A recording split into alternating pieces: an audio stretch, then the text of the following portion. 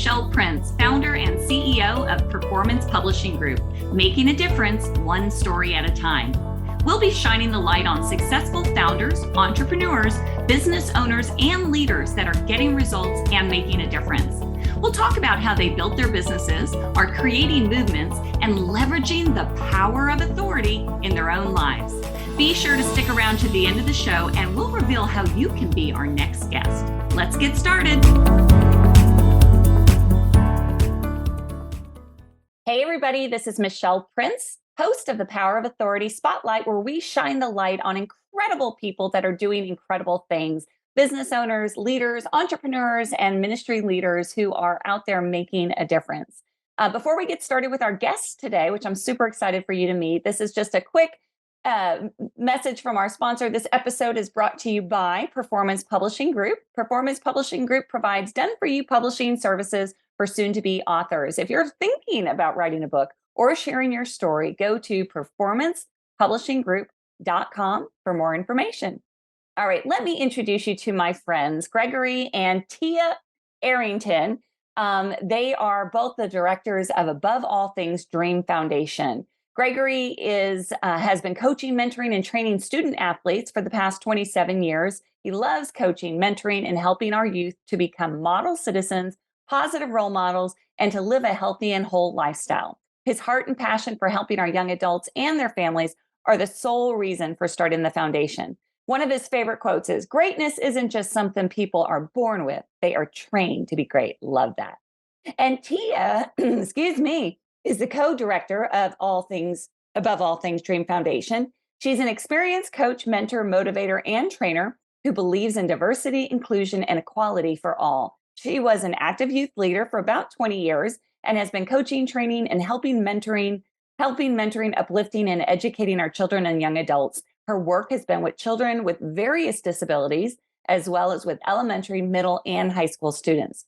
She has found that there is an even greater need for her to follow her passion to address the physical, emotional, social, and natural needs of our children, parents, and in the community. This is where the birthing of Above All Things Dream Foundation came to reality.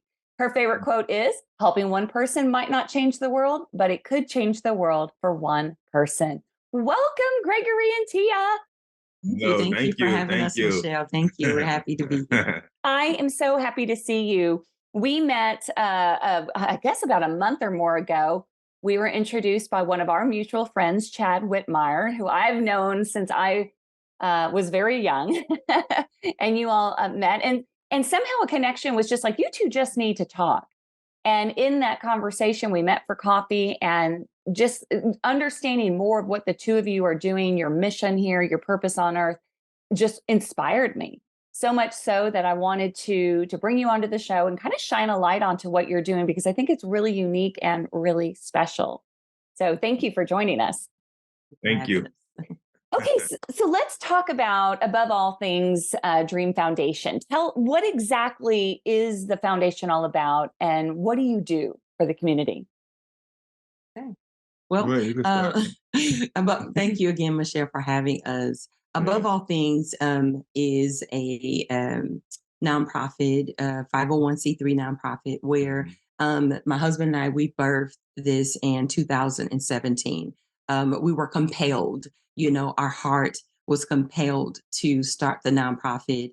And we were just trying to figure out, where do we go?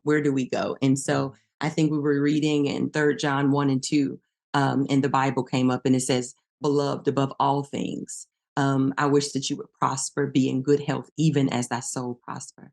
And so from there, we created the name Above All Things Dream Foundation, because it is the will of God for us as his people to prosper in all those areas. And so starting the nonprofit kind of pivoted in a way that we helping children, but then it kind of started and it grew into helping families. And so we have what we call our FAME program. Share a little bit about our FAME program. Of course, our mission is to be advocates building holistic families, that we utilize 4 different to combat food insecurities as well as childhood obesity. But we use those different techniques and those skills to be able to help individuals succeed in every area of their lives. And so we worked with the less fortunate in those families and the children that need our assistance. And so we're here in Collin County community and also in Grayson County here in Texas.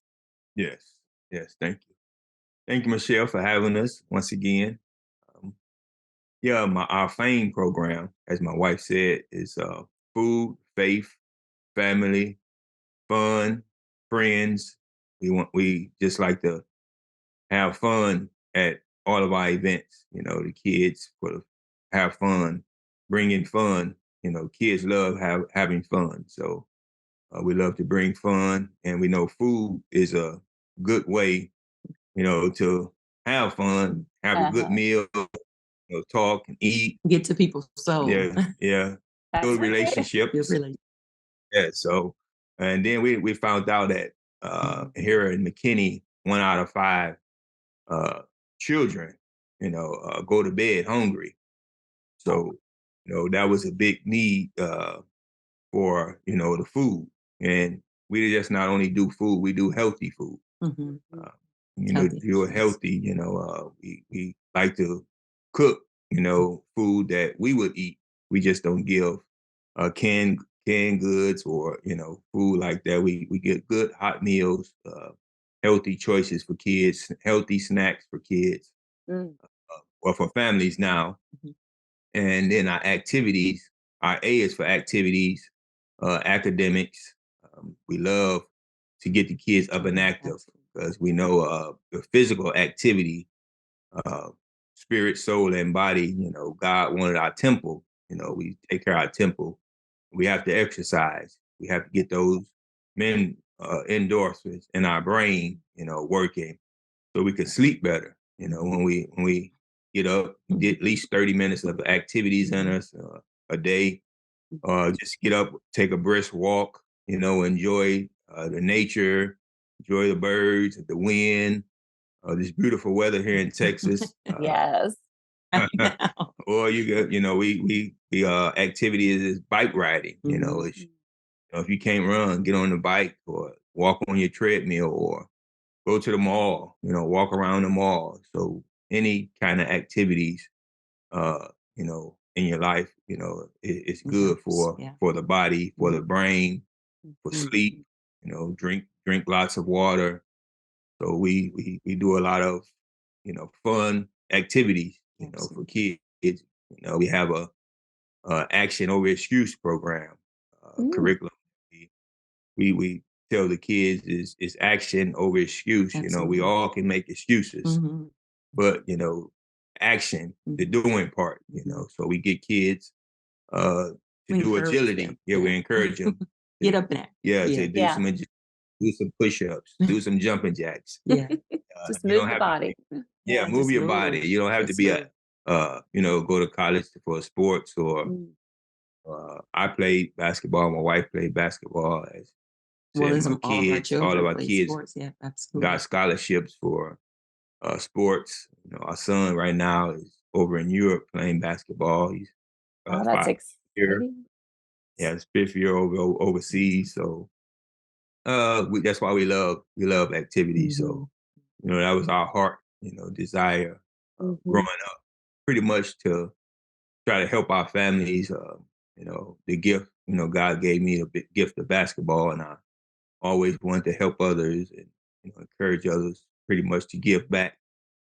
So, that's one of the reasons why when we talked, I was really inspired is, many people feel the urgency to help others. They want to give, they want to be a part of something, but you all sacrificed a lot to do that. This wasn't just something that you're doing on the side. Right. And let's talk a little bit about, now you're not originally from Texas, you were in Indiana, and tell the story of how, first of all, how you came to make the decision to even do this full time, but then also to move all the way to Texas and a little bit of that backstory.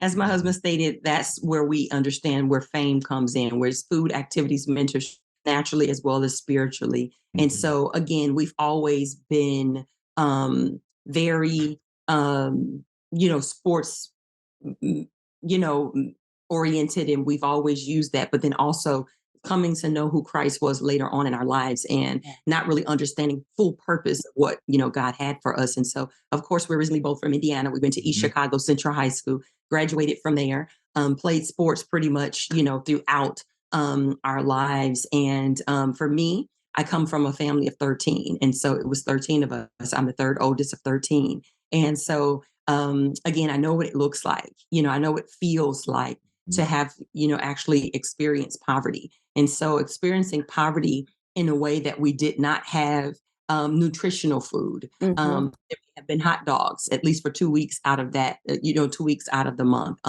Receiving food stamps, not having a car, no transportation with 13 children. Transportation was there, but a lot of times bus services ran at certain times. And so didn't have opportunity to have the transportation to receive the go to the doctors or, go get groceries because the grocery stores are further away, and so just actually knowing what that looks like to, not have the quality food, to know what it feels like to not have the tennis shoes, to be able to play the game of the sports that you love or to do the things that you wanted to do. And the thing is, sports was one of those things where it actually connected myself and my husband. And so we met in high school. I always tell everybody he was my high school sweetheart, but I'm not sure if I was his. So I always tell people that. But again, God brought us together. And so being in Indiana, it was one of those things where sports, helped us get through a lot of the, there's so many friends that we can look back on and say the drug use, the, alcohol abuse. I mean, just different things on and on and on. Of course, the things that we deal with in life. And of course, going through some of those things, it was a blessing to be able to have mentors and coaches, and people who walked alongside of us, and that's why we have the mentoring program. And that's what we want to do. We want to come alongside of families, those students, those kids who are less fortunate, underserved families that are overlooked. Their kids may be athletic, their kids may be, good at some type of, STEM program, just whatever it is, to be able to give them an opportunity to be seen and to be heard. And so because of our experiences growing up, it made us understand what God was saying to us when he said, I need you to walk away from your jobs. Moving here to Texas, we were like, why would you do this? Why would you call us? Why would you tell us to move out of our job? It was one of those things where he told Abraham, I need you to move out from amongst your family, amongst your kindred. And I need you to go into the land that you don't know anything about. And so we definitely did that. We moved here to Texas in 2011. Our son had just graduated high school. We had 3 girls that we were raising, and one was in high school. Both were in junior high, and we didn't know anything about the area. And so working and working and working as we all do, God called us off our jobs 5 years ago, and he said he wanted us to go in full-time ministry, and he wanted us to go and do his work. And we didn't know what that looked like. We didn't know what, the first steps to do, but we know that we heard him say go. And so because much was given to us, we knew that it was required much for us to now turn around and give back to others such as who we were. And that's because I was once that child, who was embarrassed walking down the street, with my parents because we didn't have a car, going to, those pantries to pick up the food. I remember there were clothing pantries as well. And we would go and pick up those type of things before school started. And, they gave us a voucher. And so the voucher gave so many so many kids, because it was so many of us. And so we had to spread it out. So sometimes during certain times of the year, one of us didn't receive, new clothes, because again, last year you received new clothes. And so with so many family members, we, had to go through that. But again, didn't really realize that we were poor, because the biggest thing we had was love. And so I do believe that that's one of those things that you may not have all of the monetary things, or you may not have all the the clothes, or you may not have the status at this moment. It's one of those things where you can do it. You can Yes. have those, continue to press forward. You can have those things if you grab hold of those tools, or you're exposed, or access is brought to you. You can have those things. And so again, those things don't have to have you. And so at this point, in this moment in our lives, we know that it was God who called us.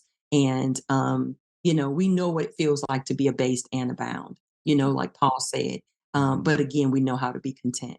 And so we want to be able to help those other families, help families that are in need, help them to understand that, again, the contentment is the key. But again, not contentment to the point where you feel like you have no hope, but the hope to be able to continue in the way that you so desire to see your life, and bringing access and exposure to them via our FAME program. We feel that those families will have opportunities to see just like we saw, because again, parents didn't have the opportunity to show us those things that we needed to be exposed. And so sports helped us.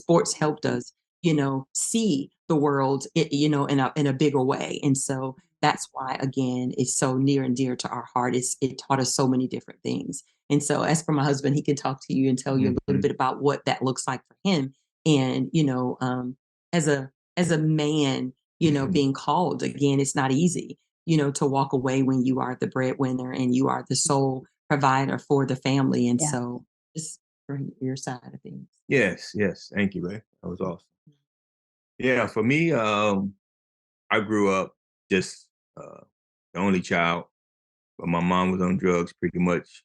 Well, she was on drugs all my life. Um, and my dad wasn't in my life till my junior year in high school. So I was playing pretty good in basketball. My mom, I didn't pretty much want for anything, because drugs and drug dealers pretty much was, you had drugs and sell drugs, you had pretty good money. So my mom pretty much gave me everything, but she wasn't really in my life to teach me anything. My dad wasn't in my life to teach me anything. My grandma was there. She put a roof over our head, because most of my uncles and aunties was on drugs or selling drugs or alcohol. So, I grew up seeing that, and I didn't want to do any of that. So uh, basketball was pretty much uh, my gift that God gave me to get out, get to college, go to college, and then even though I was, in high school and college, I always gave, always gave to the people in my hometown. 'Cause, at me, like, you go ahead and be the one that make it out. Don't sell drugs, don't do alcohol, all that kind of stuff. So I always gave to the people that was in need, even though I was in need as well. But I had a little bit more material things to help those that didn't have the material things. So, but growing up after college and uh, getting out of college, getting a job in the steel mill. So that was another big thing. If you had a steel mill job back at home in Indiana, you was doing pretty good for yourself. Steel mill job. And then I was like the Black Jamaican, they call. I would work 3 jobs just to provide for my family. I would go to work in midnights, then substitute teach, and then coach. So that was pretty much, what I was doing for a long time. I didn't hardly get any sleep. I just wanted to work to provide, for my wife, kids. And then, like my wife said, my son graduated in 2011. It was pretty much a faith move. We had a good church, a good pastor. We knew everybody. Me and my wife was pretty much the popular ones there in high school, and people knew us, coaching, just helping people back at home. So if God would have told us to do this back at home, it would have been a whole lot easier. A whole lot easier, yeah. And come all the way to Texas. But, yeah, we had everything. So in 2011, we just up and moved here, and it was a faith move. here in Texas and Frisco, then go to Frisco. It's like, wow, it was like pretty much heaven to us to Yeah. what we think. So we was like, wow, this is a place of Big difference. culture shock. But Yes, it Yeah. was. yeah, but it was good. It was good. It was really good. It was real good. I Yeah. was working. I left for about a year, a couple months to go to North Dakota, working in engineering, and then my wife and kids will always come out to North Dakota, but my wife kind of got tired of them, flying on a plane, coming to see me. So we prayed, and then my wife, we she put in a job for Halliburton here in Carrollton, Hmm. oil field. So I got that job, and then I thought that job was my retirement job. Mm. There 3 years, got laid off. Yeah. Pretty much got the pink slip. I was crying because I was like, wow, I thought this was going to be the job that I retired from, because Yeah. there a lot of guys didn't leave. They worked there 50 years and still was there working. Real good job. Mhm. And when I got laid off, I started working at a engineering firm.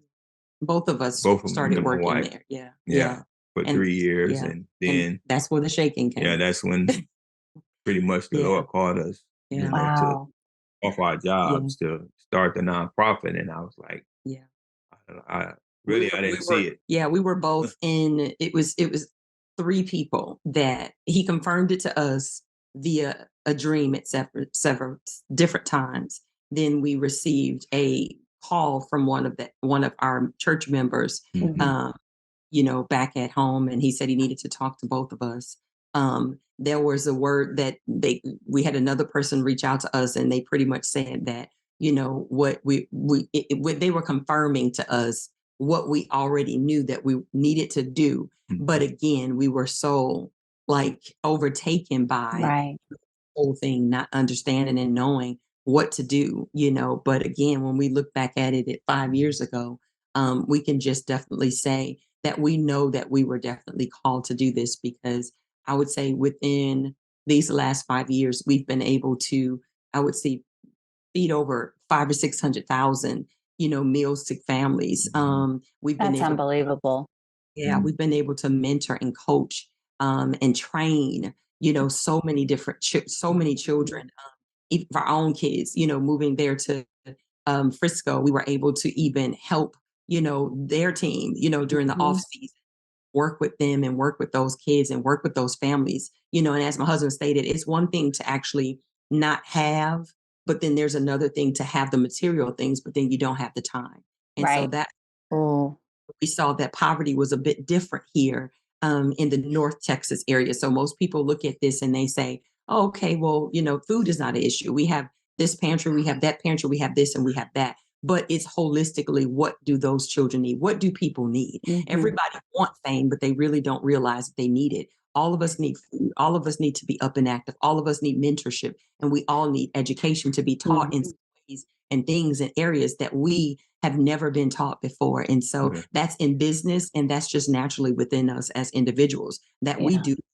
It's important. It's important. I have to say, I mean, I feel so grateful because you're primarily in my county, Collin County, here in Texas, and you're right. Probably on the surface, people think there's not a need, but there is. There is such a need, and just your sacrifice, your self-sacrifice, is that in and of itself is so inspiring.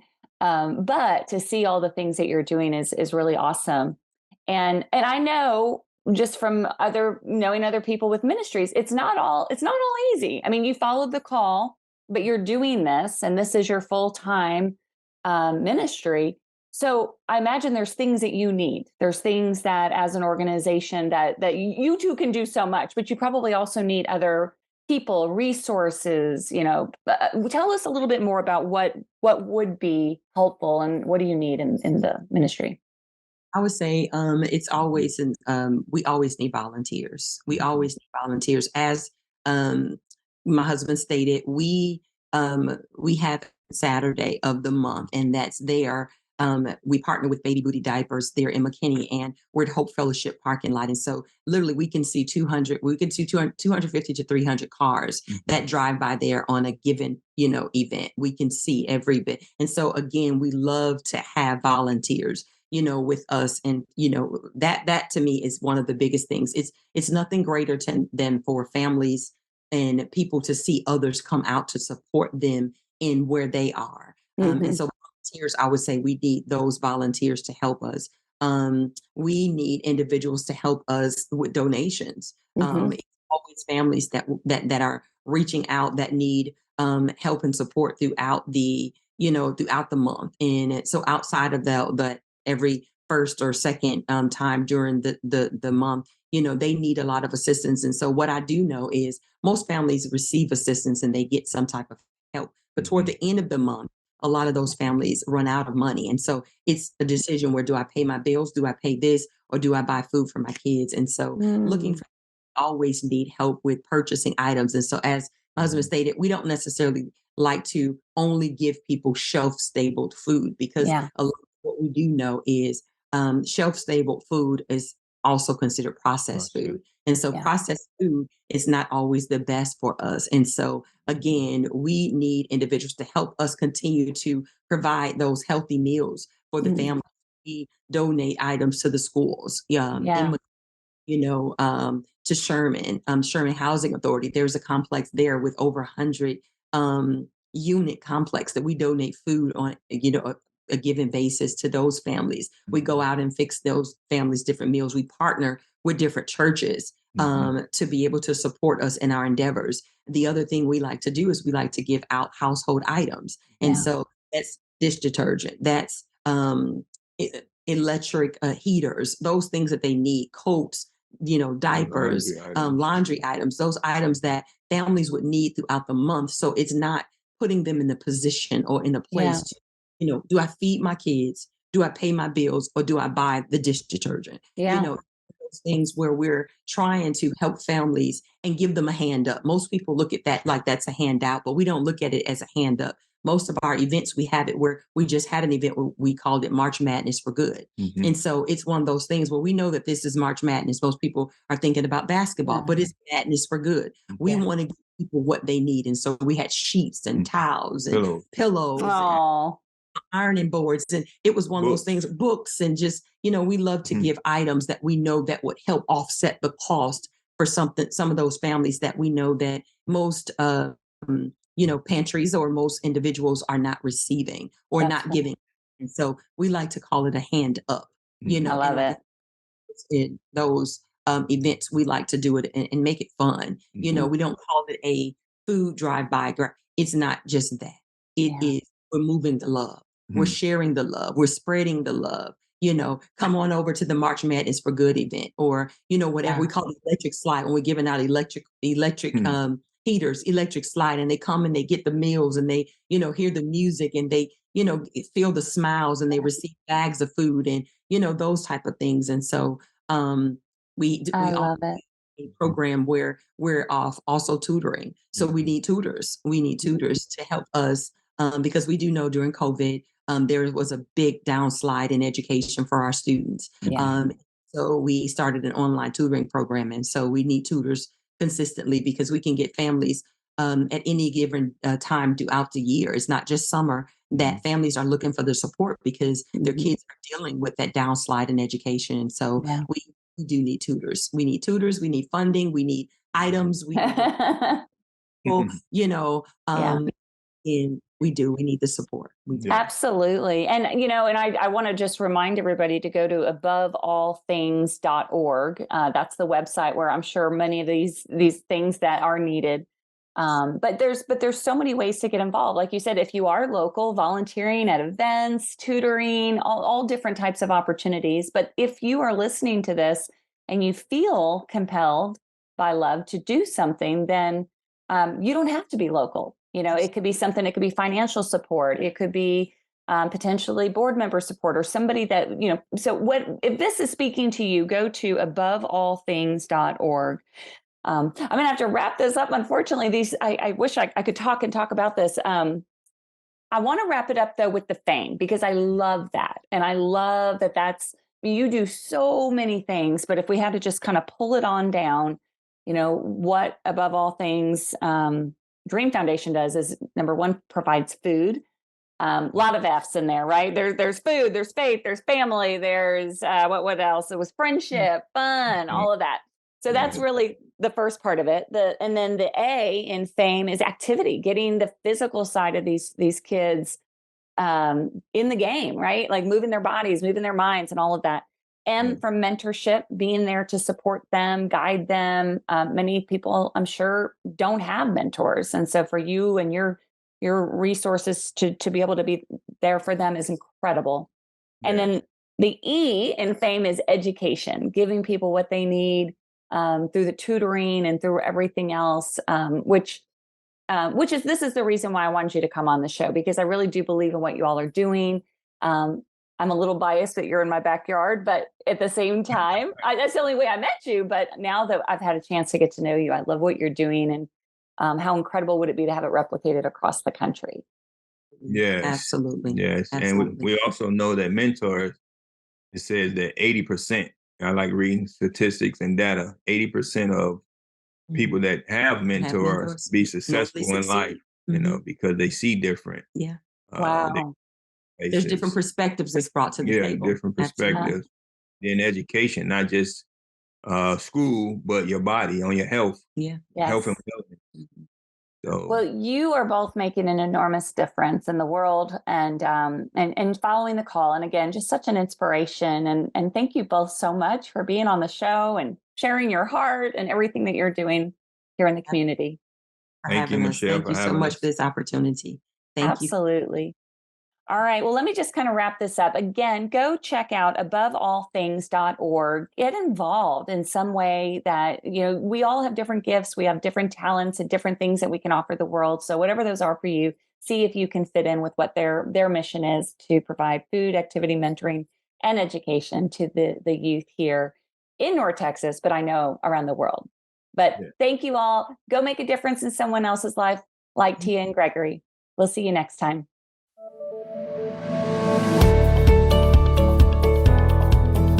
Thanks so much for listening to the Power of Authority Spotlight.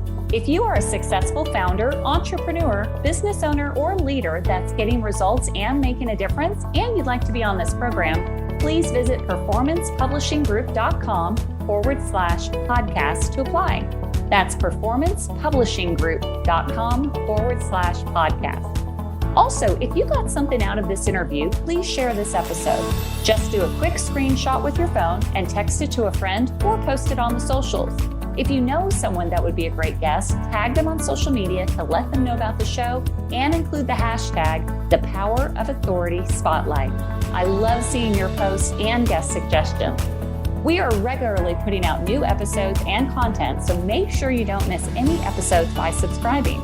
Your thumbs up, ratings, and reviews go a long way to help promote the show and mean a lot to me and my team. Want to know more? Go to our websites, performancepublishinggroup.com or michelleprince.com, and follow me on LinkedIn, Facebook, and Instagram. Thanks so much for listening, and we'll see you next time.